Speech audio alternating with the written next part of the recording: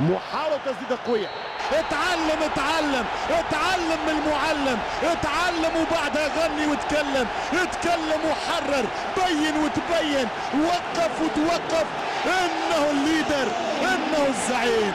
شوف طلب بالكورة، وضعية مناسبة والثاني حل التسديدة.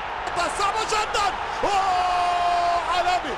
سامحني ما تمسنيش، سامحني ما تصفقليش، سامحني ما تكلمنيش، سامحني ما تغزرليش، سامحني ما تنظرليش، سامحني ما تقيمنيش، سامحني ما تحللنيش.